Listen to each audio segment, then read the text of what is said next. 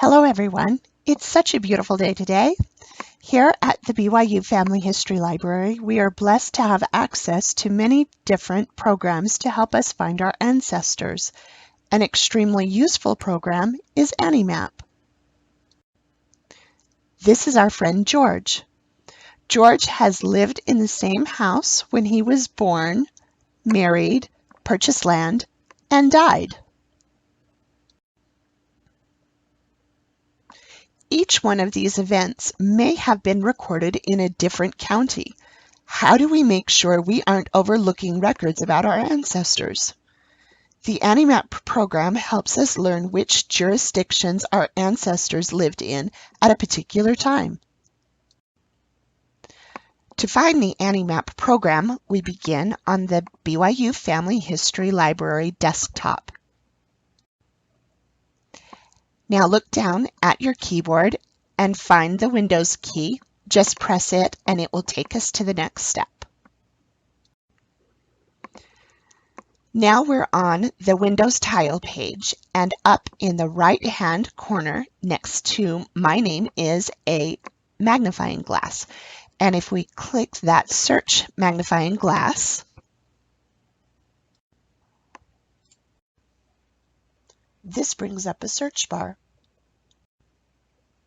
We type in Animap, and you can see we have several options: Animap Manual, Animap Help, and the Animap Program. Let's choose the Animap Program. This is what the program looks like when we first open it up.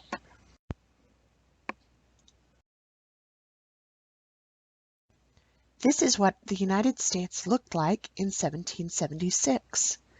If our ancestors moved to Arkansas in 1832, what would the map look like? Where would we look for records relating to them?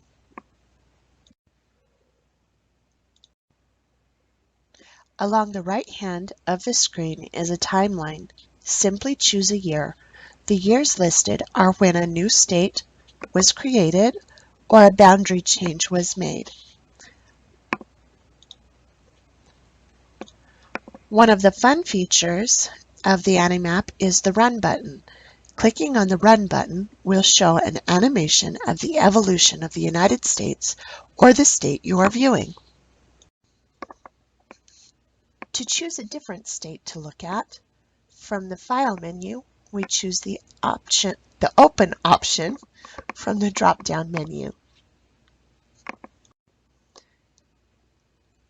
This brings us back to the home page. And from the left-hand side, we can choose a different state. Let's look at Missouri. Once we choose an individual state like Missouri, we can click on the Run button to watch the evolution of the state. We can choose a particular year. This box contains abbreviations for the counties that they use on the map. And finally, this box shows you the genealogy of the county. I didn't know these counties were formed originally as districts of the Indiana Territory. I've moved the timeline to 1841. Now Missouri looks a little bit more like Missouri for us. From the options on the menu bar, we can choose Site Find to locate a particular town.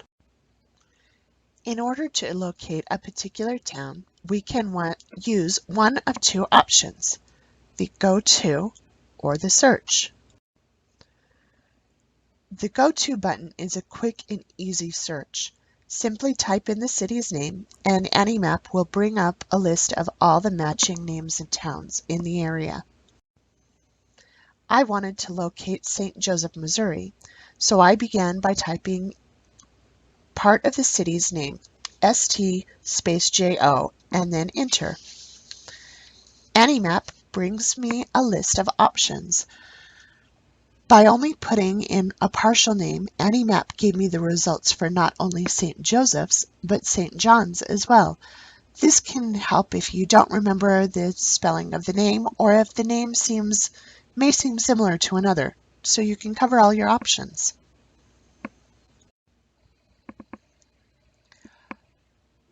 Once you have located the town you want to from the list, simply double-click on that name and it will pluck that town from the site find. Once you've plucked one or more cities from the list, it's time to plot them on the map. Select Options from the menu bar and then select Plot from the drop-down menu. This brings up the pluck list. We double-click on any of these towns that are in our pluck list. Animap then plots it on the map. This is Lexington, Missouri. It's right next to the Missouri River. Knowing that detail may affect my research. Were my ancestors farmers, or did they trade on the river? I've returned to Options and then Plot to select a town.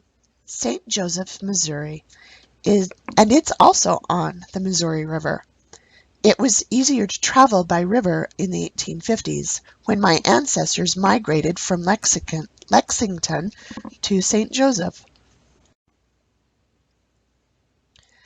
Now let's use the more advanced search option. From the menu bar, choose Search. A drop-down menu will give us the option of search for text or search by location. When I choose the search for text, I can search for courthouses, cemeteries, churches, and other things related to that particular town that I put in the search option. If we already have cities in our pluck list, when we choose the search by location, we can search for locations within a certain radius from that town. My grandmother said her great-grandmother died in Keokuk Falls, Oklahoma, but my grandmother didn't know where her great-grandmother was buried. If I highlight Keokuk Falls and put in a 10-mile radius and click the cemetery options, I'll get some good results. Just because she died in Keokuk Falls doesn't necessarily mean she was buried right in Keokuk Falls.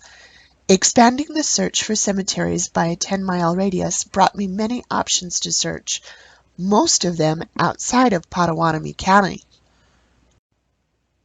After we've plotted a couple of cities, we can find out how far apart they are. From the Options menu bar, select the Measure mode.